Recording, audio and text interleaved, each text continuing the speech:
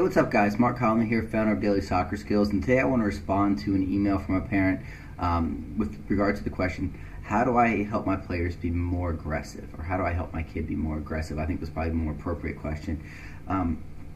This is something that I've really been struggling with quite a bit recently with some teams that I coach and players that I train, and that all these kids that that I train and that I see. I mean, they're great kids. They're great soccer players. They're very technical, and they all have that ability to be aggressive and tenacious. Like I've seen it from them, but it's like, how do I get that from them consistently across the board all the time?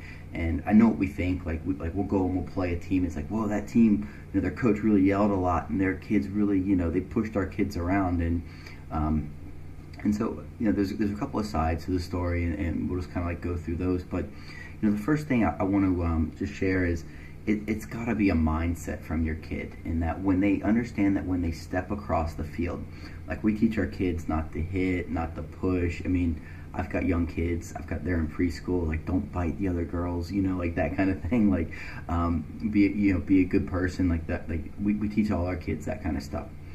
But when we walk across the field, across the line, it's like the light switch has to go on, that like, okay, we're trying to go there and they're trying to go here, and we're going to be competing. And there's this like understanding that, like, look, I'm going to go against you as hard as I can, and you're going to come against me as hard as we can. And we're not going to try to hurt each other, but we are going to try as hard as we can to get the ball in the net, and we're going to try to do it the right way. And so if that means, like, sometimes like things happen, like little accidents, like we trip over each other or we fall to the ground, you shake their hand, you help them up, say, hey, sorry about that, and we get on. And so it's that mindset of like giving the kids permission that go be little kids, go run around, go roughhouse. I mean, I know, these days I go to the playground. So like I said, I've got little kids, and I see the moms up in the playground with the kids, and oh, don't fall, and oh, don't do this. And it's like, man, when I was a little kid, my mom was like on the side, like, we were jumping onto rocks. Now everything's like rubberized, and you don't have to worry about it. There's even got shade on the playground, if you can believe that. I mean, which is good, because we know the dangers of skin cancer and stuff like that. But my point being, and again, I'm not trying to say like, we had it so hard, but it was definitely a little bit of a more hands-off approach. And just to give you an example, like we would go to the backyard and of somebody's house, and we would play this tackle game. I'm not going to tell you the game, but you'll probably be able to guess it. But where if you had the ball, everybody tried to tackle you, and once you got tackled, you threw it up, and the next person. It's like, it's a really fun game, but like it probably wouldn't fly today, and that's okay. That's where we are. So, but at the same time, that gives kids permission to go and be physical and be tenacious. One of the things that I do in my trainings is, like, we've got a beach fitness at the end, this weekend, where we do like a lot of stairs and running and deep sand work and stuff like that. And then afterwards, I put the boys in a ring, because you're on sand, it's pretty safe, and we just have a wrestling match. You either have to put the kid on his back, or you have to push him out of the ring. And the kids love it. I mean, they're like 13, 14 years old. They love it because they love to compete. I've drawn a line. I've said, we're coming in here and you're going to compete.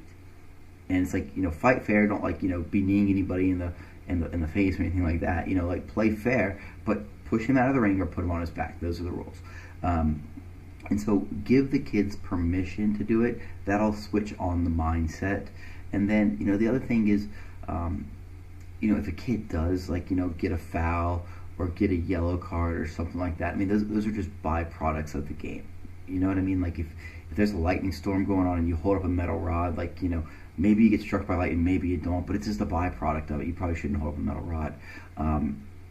If you go out and you play a game, a competitive game, a physical game like soccer, there's going to be bumps and bruises, there's going to be nicks and dings, there's going to be yellow cards, maybe an occasional red card if you get 2 yellow cards or something like that. So don't get down on them for doing that, but just help them understand. You can even email me and I'll talk you through it. But it's a big thing of like giving permission and then not punishing them when maybe something comes off that you didn't want to have happen. So example, you tell a kid to be be physical, don't be afraid to use your body, and then he goes to be physical, mistimes the challenge, and puts a kid down in the penalty box, and it's a PK.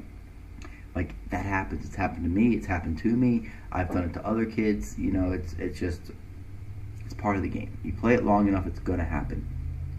So, the final point I would say is a lot of times, like, you can go, like, this is something that I've used to help kids become more aggressive. If you've got like a younger, like, let's say like a rough and tumble boy, you know, send him to play with kids that are a year or 2 years older that are boys, and they'll see. I mean, the kids. Maybe they'll lay him out, maybe they won't. But for the most part, the kids are pretty like, oh, it's a smaller kid. Like, go hard, but just take it easy on him a little bit. But they'll see how the other kids like fight and compete, and that's going to signal internally. That's going to give him permission to kind of flip the switch on and say, okay, I can go and be more tenacious in this regard, and that's okay. Like, these guys are doing it. They're a little bit older than me. They're good players. They're getting away with it. This is how the game's played. Permission granted.